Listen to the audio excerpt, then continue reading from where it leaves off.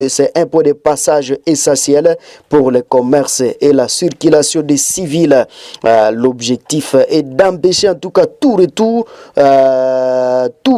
donc aux progressions des groupes rebelles dans cette partie du pays. Chers internautes, ce déploiement intervient alors que la région traverse une période très instable. Les tensions restent vives et les affrontements passés ont provoqué en tout cas de nombreux déplacements des populations. Ce qu'il faut retenir également, chers téléspectateurs, donc il y a des milliers de familles ont dû fuir donc leurs maisons pour chercher refuge dans des zones plus sûres, vivant souvent dans des conditions précaires. Et l'arrivée donc des soldats burundais à Uvira et après donc le retrait de rebelles du M23 vise en tout cas à stabiliser la région et à assurer les habitats. L'enjeu est de sécuriser durablement la plaine de la Ruzizi pour permettre donc le retour des déplacés et la reprise d'une vie normale. Toujours dans la même province du Sud Kivu, il faut savoir que l'administration militaire s'installe en tout cas progressivement dans la ville d'Uvira.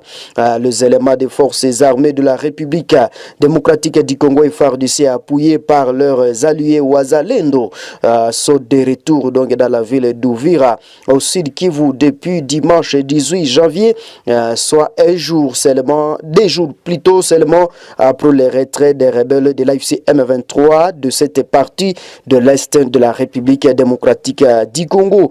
Dans un communiqué publié le lundi 19 janvier, les FARDC indiquent en tout cas avoir pris le contrôle total de la ville d'Uvira. Chers téléspectateurs, tout a déploré disons les pillages systématiques de la ville par des militaires de la coalition AFC M23 RDF.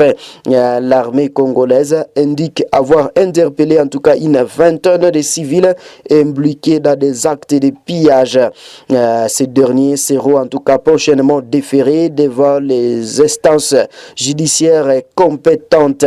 Chers téléspectateurs, donc par ailleurs, le gouvernement congolais, à travers donc le ministère de la Communication et des Médias, annonce que dans le cadre de la restauration progressive de l'autorité de l'État à Uvira, après donc les retraits de l'AFC M23 de la ville d'Uvira, la direction générale des migrations DGM, les institutions provinciales ainsi que d'autres services d'État pourraient bientôt regagner donc la zone. C'est ce qu'a dit Patrick Mouyaya, le ministre de la Communication.